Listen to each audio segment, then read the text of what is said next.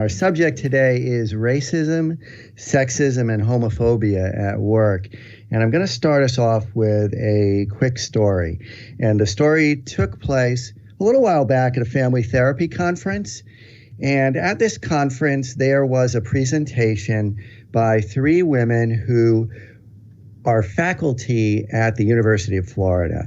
And they are three white women, and they are doing a research project that looks at the ways that the students in the family therapy program treat the male and female faculty differently. And what they've been observing is that the students will approach the female faculty members and they'll ask them to renegotiate grades.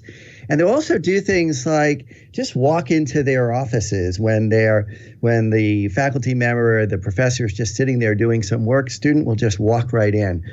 And one of the presenters said, my husband is also on the faculty in our family therapy program. And he and I were in our separate offices one day with our doors closed.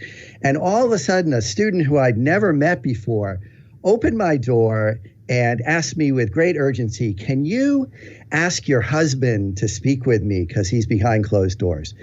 So a student who she didn't even know came and asked her, rather than knocking on her husband's door. So they're telling this story, and there are present in the room a number of very senior people in the family therapy field. And one of them pipes in and he says, you know what? I don't want to jump to the conclusion that this is about gender. Because when I look at you three women, you're so kind and you're so engaging and you seem so very approachable. Couldn't it be that the students are just experiencing that and they're coming to you because you just seem so welcoming?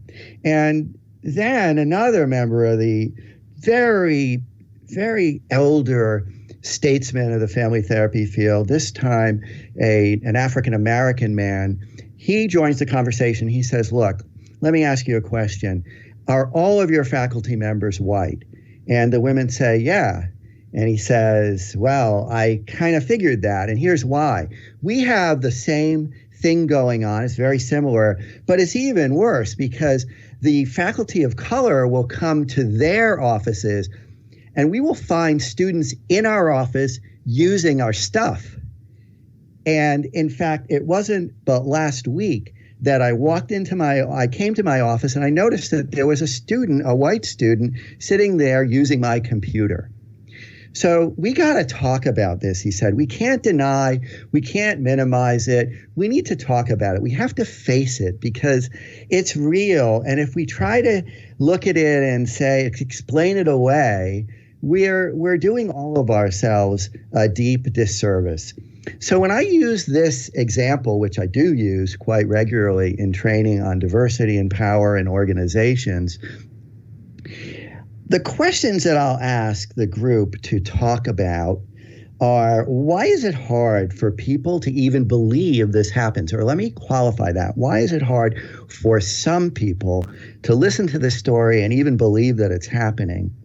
And then the second question I ask is, are the students who barge into a faculty member's office and start using their papers, their computer, their workspace, are these students bad people? Are they bad people? So to discuss this topic of racism, sexism, and homophobia at work, I have a brilliant guest with me, and let me tell you a little bit about her. Her name is Terri Howard, and she is a senior director at FEI Behavioral Health. FEI is our prime sponsor here on the show as well. Now, let me tell you what Terri does at FEI. She works with corporate clients to ensure that their organizations are prepared for, ready to respond to, and can recover from crisis incidents. And so she develops and facilitates drills and exercises that ensure that they're prepared. And when crises do occur, God forbid, she coordinates services for those involved. She delivers training on a variety of topics that include implicit bias, leadership development, bullying and harassment, teamwork, anger management, and workplace violence prevention. And she gives keynote presentations, facilitates workshops, and leads panel discussions on these and related subjects as well. Terri is a leader in the field. She's contributed to several international standards and guidelines on crisis management and workplace violence prevention, including those of ASIS, ASIS, the Global Organization for Security Professionals, and the FBI. Welcome, Terri. It's great to have you here. Thank you so much, Ken. I'm very happy to be here. And I want to throw the question to you, one part of the question to you. Are the students who barge into faculty members' offices and start using their things, are they bad people?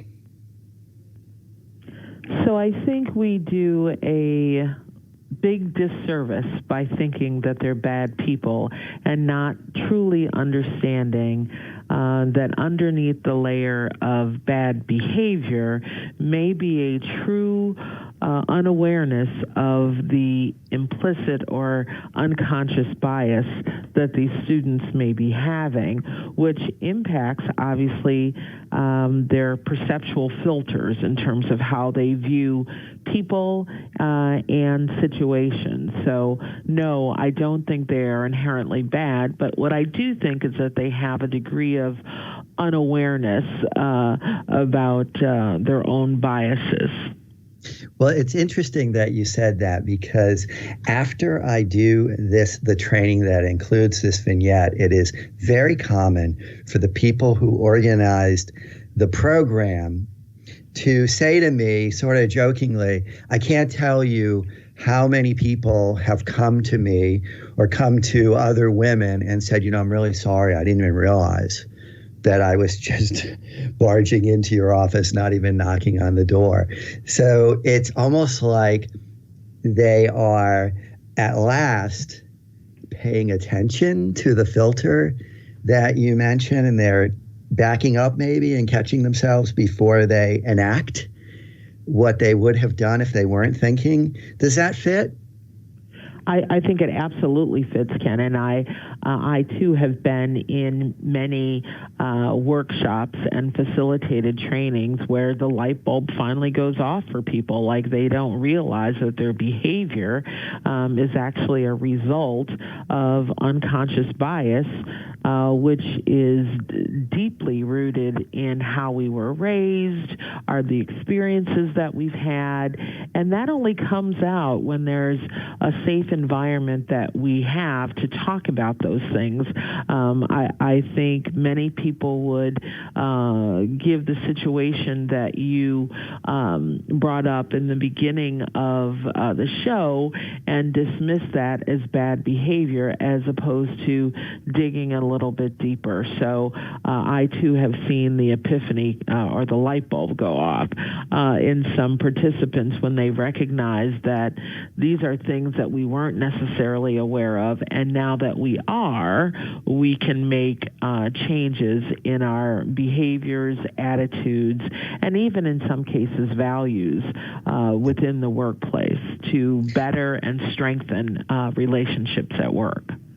Yeah, I've seen participants in these kinds of training conversations say, well, I think it's the way this latest generation who are now in college were raised, that they're just rude and they're demanding and it's all about them.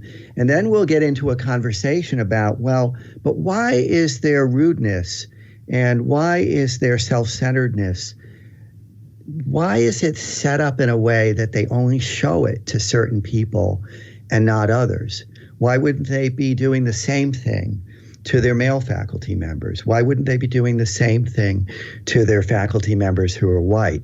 And it really takes some thinking and some reflecting to acknowledge that it really is a pattern that is all about these kinds of differences. I have to tell you, when I was present when this event happened, I was taken aback greatly because I have such regard for this African-American leader in the field. It would be hard to imagine that anybody would approach him within, our field, at the very least, with anything but due respect.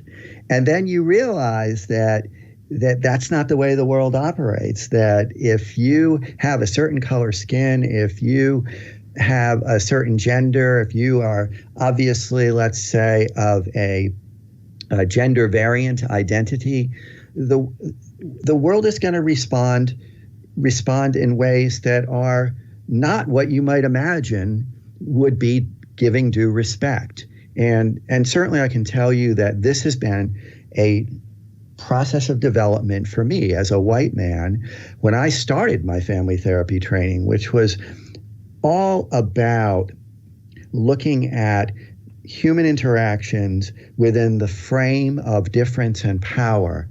It was very challenging. It was very challenging for me to be told things like, well, you've been reading all these so-called authorities in the field, but they're all white, aren't they? They're all white men. They're Freud and they're Jung and they're Erickson and so on and so forth. Where are the voices of color? Where are the people who speak from a different standpoint? And it was such an eye-opening experience. And it was such an eye-opening experience to look at the ways that I presume to have more to say, to be taken with great seriousness, all those kinds of things that many people absolutely could not take for granted. I think biologically, Ken, we're just hardwired to prefer people who look like us, sound like us, and share our interests, right? And what happens as a result of that is this social kind of categorization, whereby we not only routinely, but also rapidly sort people into groups, right? And again, all of that's happening in our subconscious. We're not even aware that we're doing that. But I think, it's our neurology actually that's taking us to the brink of bias, and as a result of that, poor decision making.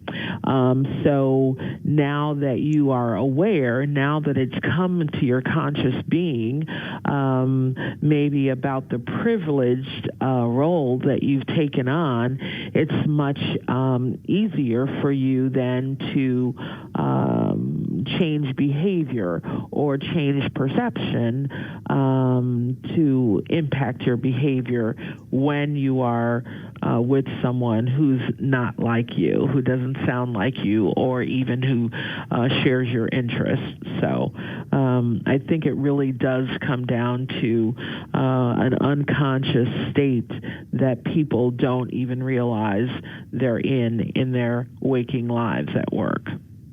So it's interesting to me that you said it comes down to, in some ways, the way that we're wired biologically, neurologically. Do you think that we start out that way, or do you think that those connections are built over time? And what I mean by that, do you think that we start out preferring and noticing people who look more like us, who have the same skin color, have the same gender? Or do you think it's that we grow up in a world in which we learn through going to school and being taught the names of the people who, quote unquote, mattered in history and science and sports and art, and we note that those people look a certain way, that they have a certain gender, that they seem to have a certain sexual orientation, and it gets wired over time? Is that what you think, or do you think that it's more deeply biological than that? I think it's a combination of both. Okay. Because I think we are born into a world that provides us with some experiences right from birth, right? So who your parents are, how you're brought up, the friends your parents have, the people that you have around you is shaping that unconscious bias right away. However, I do think that from a society perspective, we are also given messages through the media, through literature, that also is fortifying that or actually rebelling against how we're brought up. And I think each individual takes a journey on then structuring those perceptions to have a perspective of the world and the people that are in it.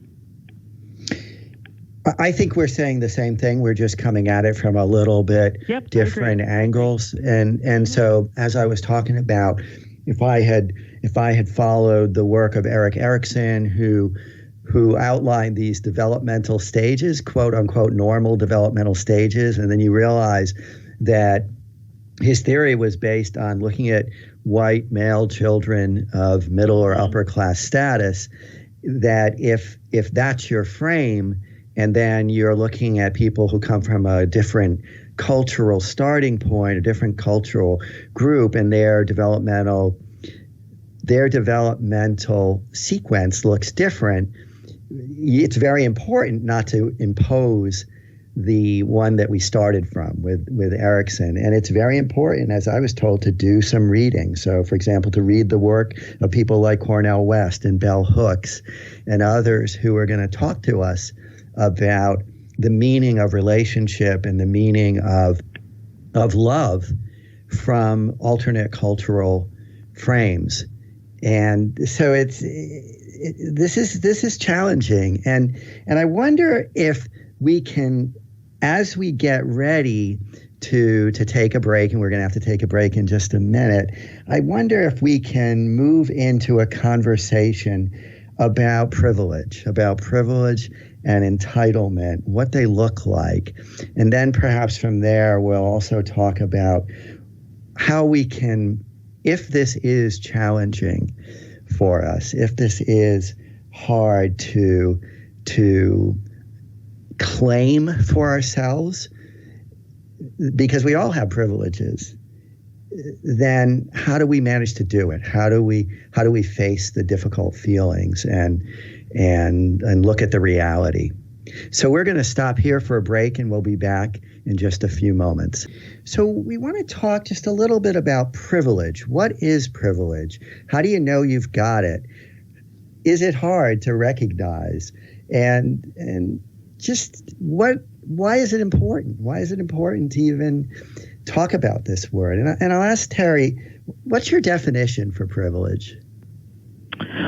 I think when I think of privilege, I think of individuals who believe they are deserving of special treatment.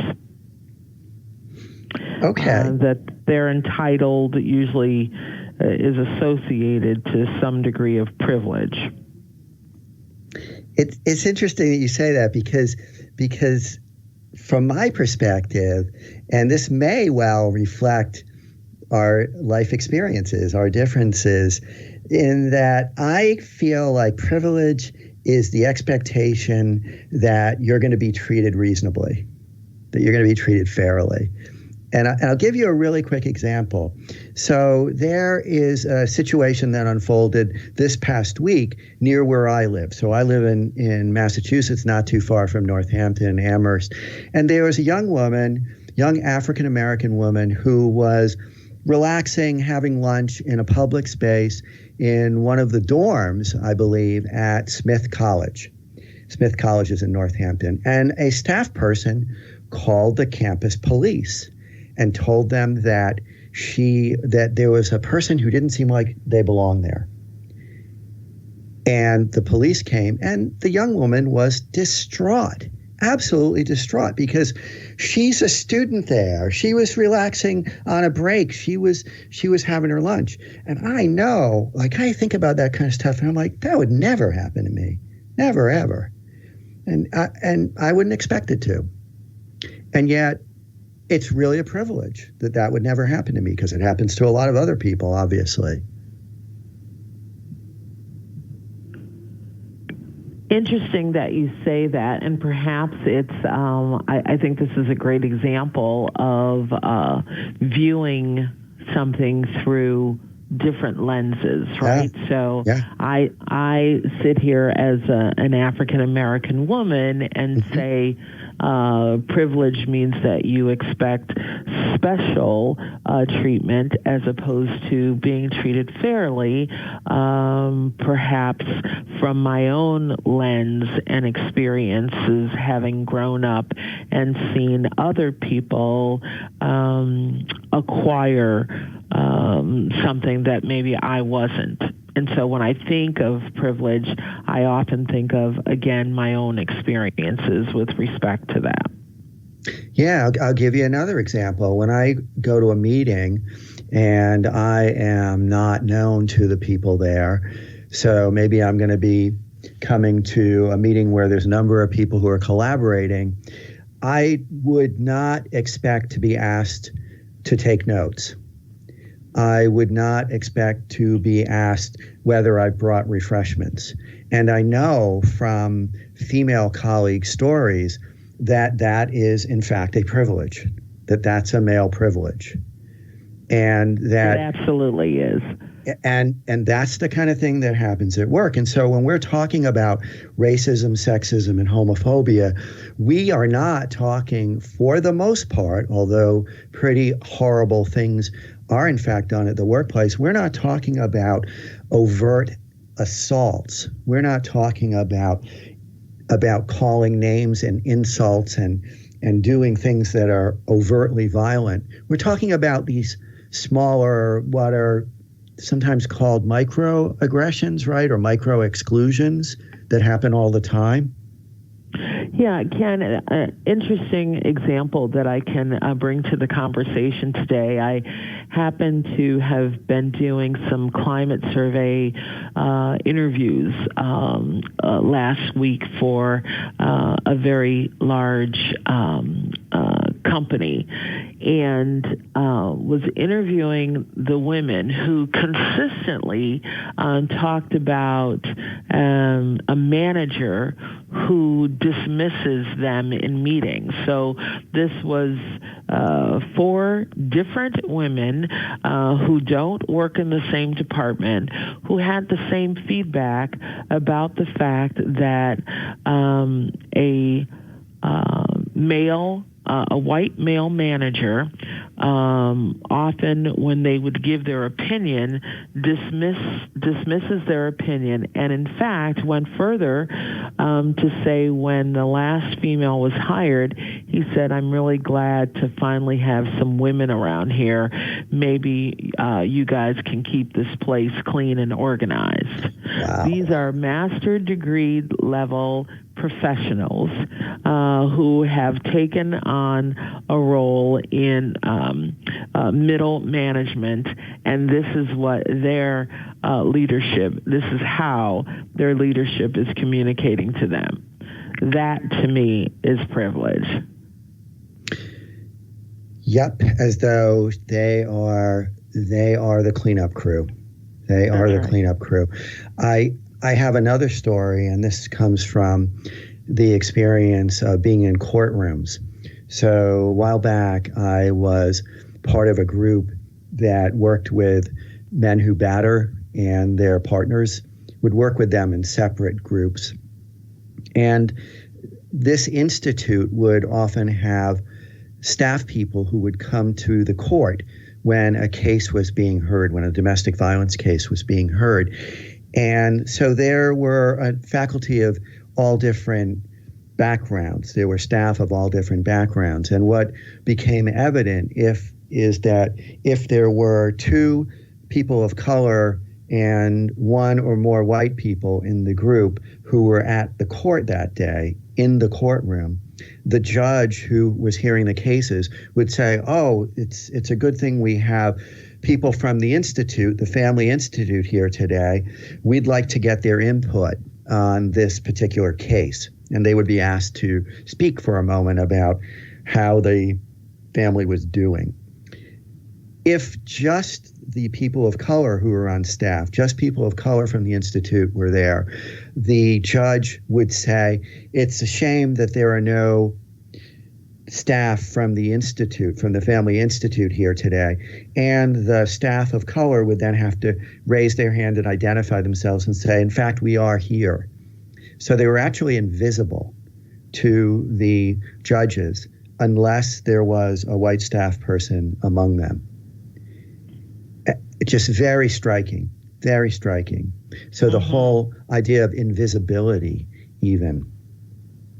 Now, let me just back up for a second, and perhaps we can talk about, what if you're listening to this and you are either one, disbelieving, or two, extremely uncomfortable. Maybe Terri, we can talk about how people might manage that or might approach that, because it's very likely happening. This is hard stuff to talk about.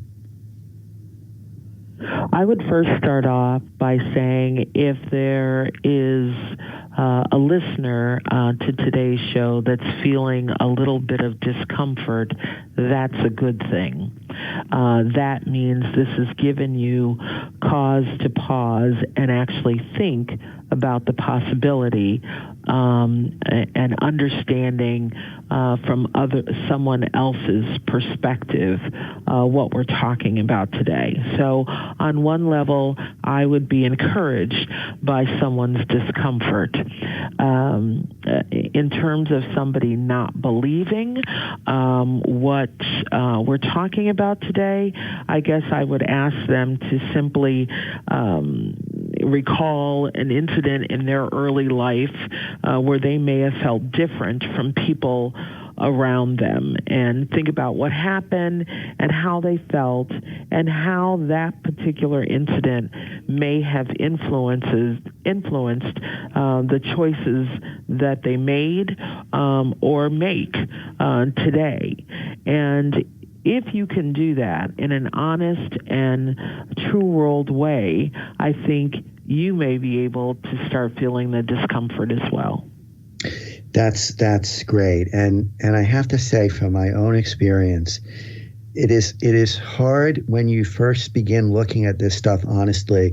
And I shouldn't even say first begin looking at it. I think it's a lifelong project. It certainly will be for me. It's hard not to sometimes almost get paralyzed by feelings of guilt and shame that this is going on, and that somehow I'm part of the group that's benefiting from it. And my thoughts, which I add on to yours, are that you just keep pushing through and saying that the path can only be, the only path is forward. The only path is forward, because the path backward is one to denial, and it's one to minimizing, and we're probably going to enact more of these oppressive patterns if we're not paying attention. And I can tell you that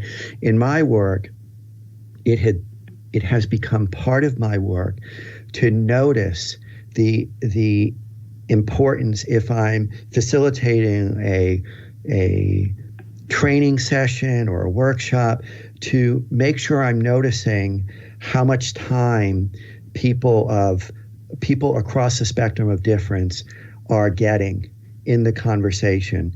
When they speak, am I acknowledging that what they have to say with the same kind of significance? Am I making sure that there is an invitation for people to speak who seem a bit reticent, to invite them to, or if they say a little bit, to ask that they say more? Because I live this life of being a white male and somebody who has experienced a lot of privilege through my education and work experience. And so I feel like I always got to watch myself, always, about the impressions I'm drawing and the ways that I'm interacting with others. It's a lifelong project. I think you don't even need to be a member of the privileged group, if you will, to not understand that we all have implicit bias, and that all of that converges if you have a diverse work group in the workplace. And so I think it is incumbent upon us to get real with each other and acknowledge that we have these biases. Whether it's because of privilege or not, we still categorize people, and based on those categories, we make recruitment decisions, hiring decisions, performance review decisions, how we market. I think that all plays a part in the workplace. Who we decide to mentor, all of those key pieces are very real and may be impacted by the lens by which we see the world, Ken. I think that's so important. We are a mix of many identities, and in some ways we are privileged, and in other ways we are on the downside of the privilege. We are the people who have less power. And I think it's so easy for the most part to look at the ways that we are not being privileged, that we're perhaps being oppressed, but it's really hard to look at the ways that we actually have the advantage. And in organizations, level is an extremely important determinant of whether or not you have privilege. And I think what you said is really important. They're always paying attention to the whole balance of identities that make us up, And so one of I can tell another quick story, and that is that I did a program at a location that is very much a white location. It was actually in Minneapolis. And 3 African-American women approached me after the session, and one of them told the story about how she approached her boss, who was a white woman, and invited her to read an article. And the article was written by an African-American gentleman who she had just seen speak recently. And the article was called "Why Blacks Leave."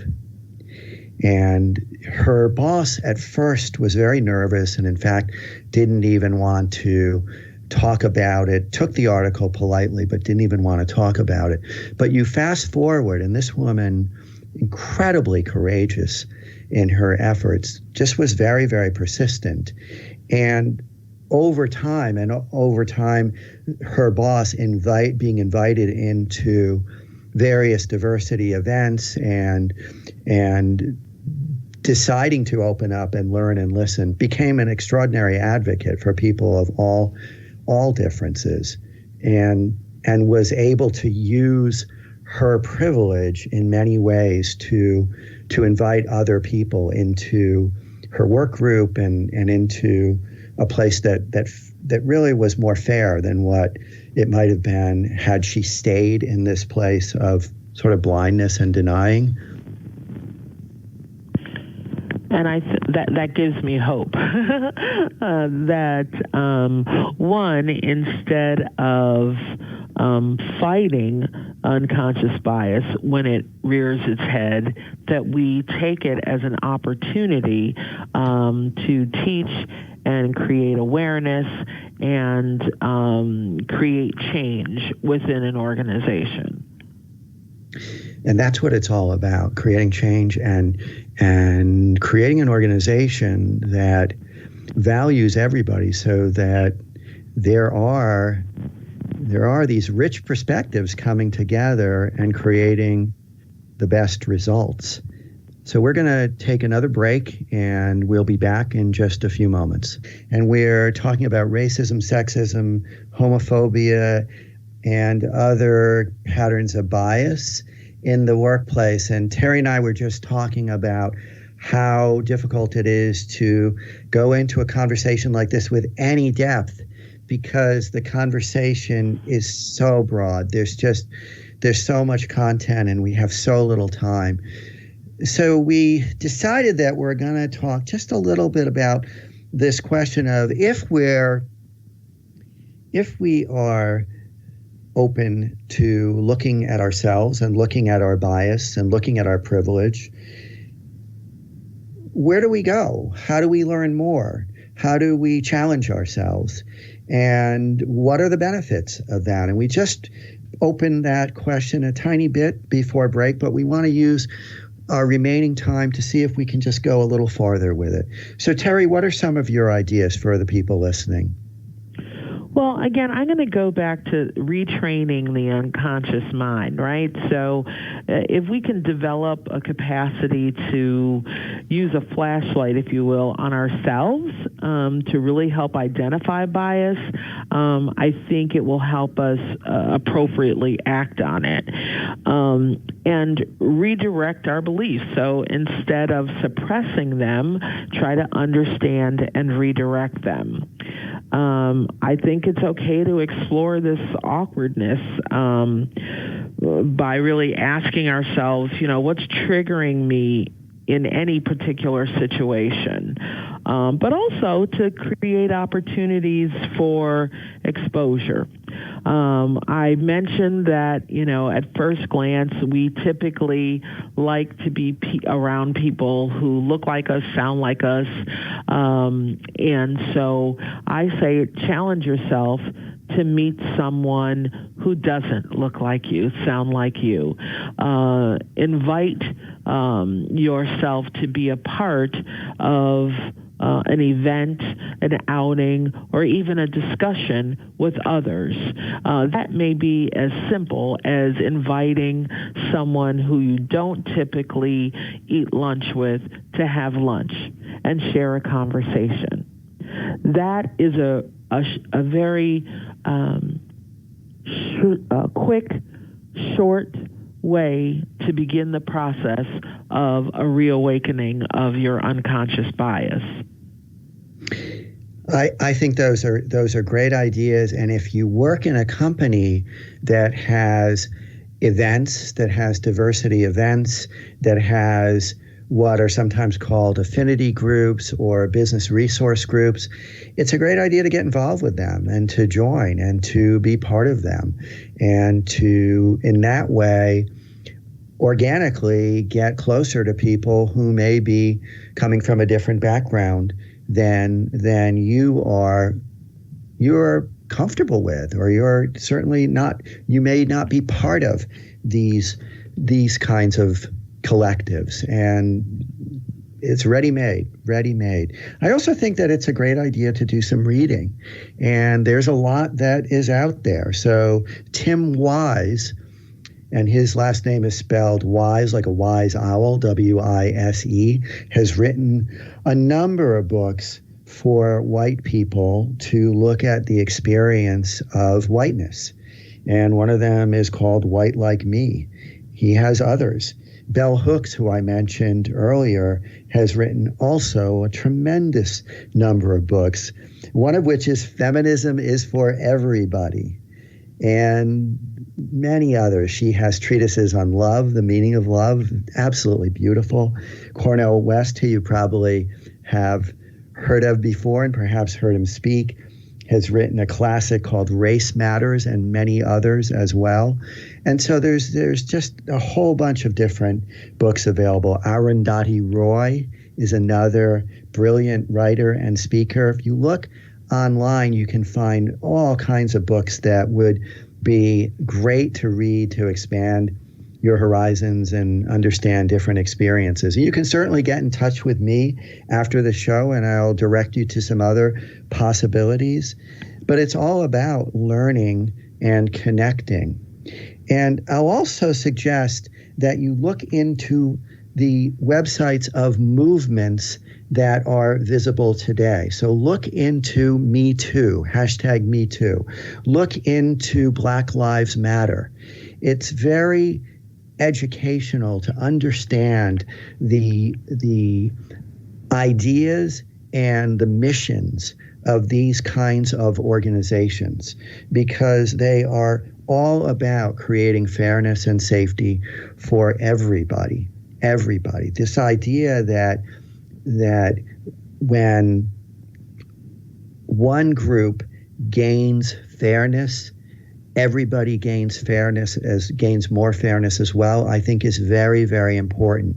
There's this old idea that tends to frighten people when they think about movements for social change. They tend to think of them in a power over way, so that if women are gaining power, then there are some men who will feel like that must mean that men are losing power. If people of color are gaining power, there are those who might feel that that means that white people are losing power.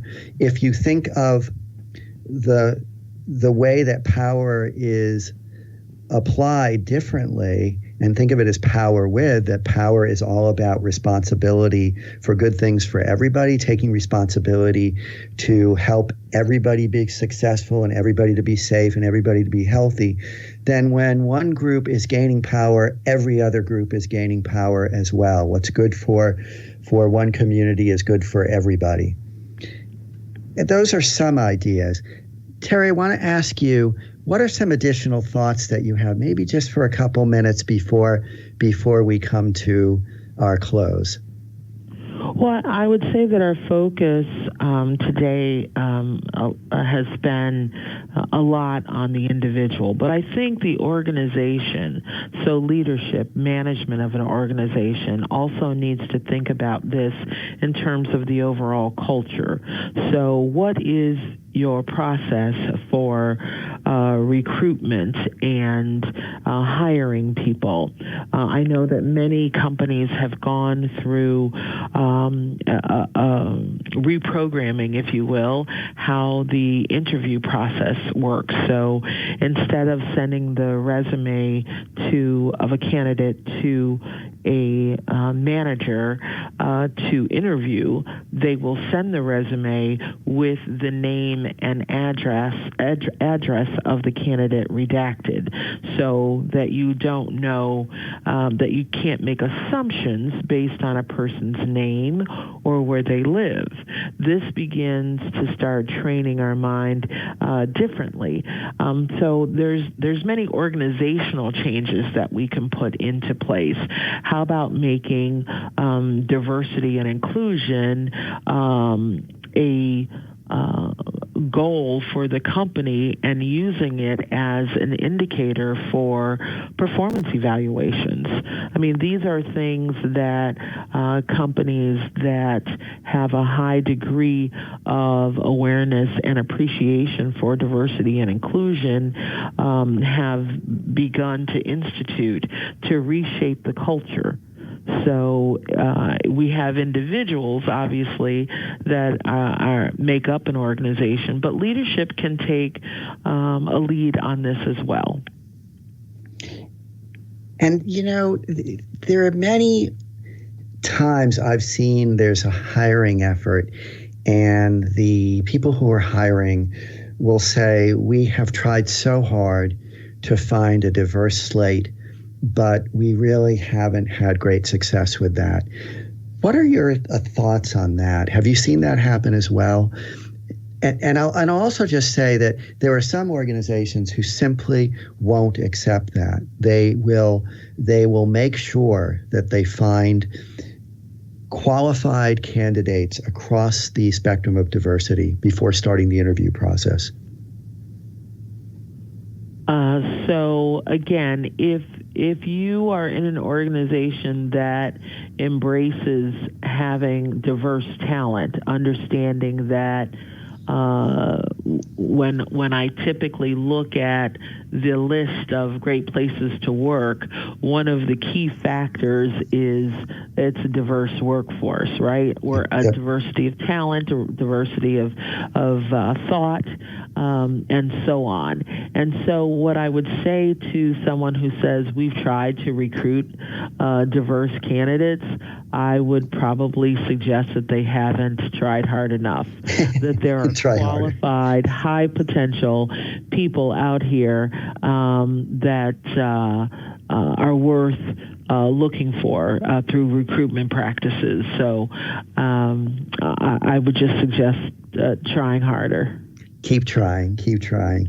Well, it's been a great privilege to speak with you, Terri. Terri Howard is Senior Director at FEI Behavioral Health. You can learn more about their organization at www.feinet.com. Fred Rogers said, if it's mentionable, it's manageable. By the way, there's a new movie that is out, I believe, about Mr. Rogers. And I think that he was absolutely brilliant in his simple statements about what makes for a good life and what makes for good communities. But I like to quote him, and I'll say it again, if it's mentionable, it's manageable. If we can talk about these things, we can get to a place that is going to be more healthy for all of us. So my wish is that together we're going to continue to break silences and talk about important things that too frequently go unsaid. And it's in those kinds of new places that we find solutions together where necessary and move forward, at least with more clarity and calm. So join us next week. We're going to be talking with two guests. It is again an opportunity to talk with guests from FEI. We're going to be talking with Randy Kratz and Michael McCafferty, both of whom are senior account managers at FEI. Our topic will be When Your Boss Sucks.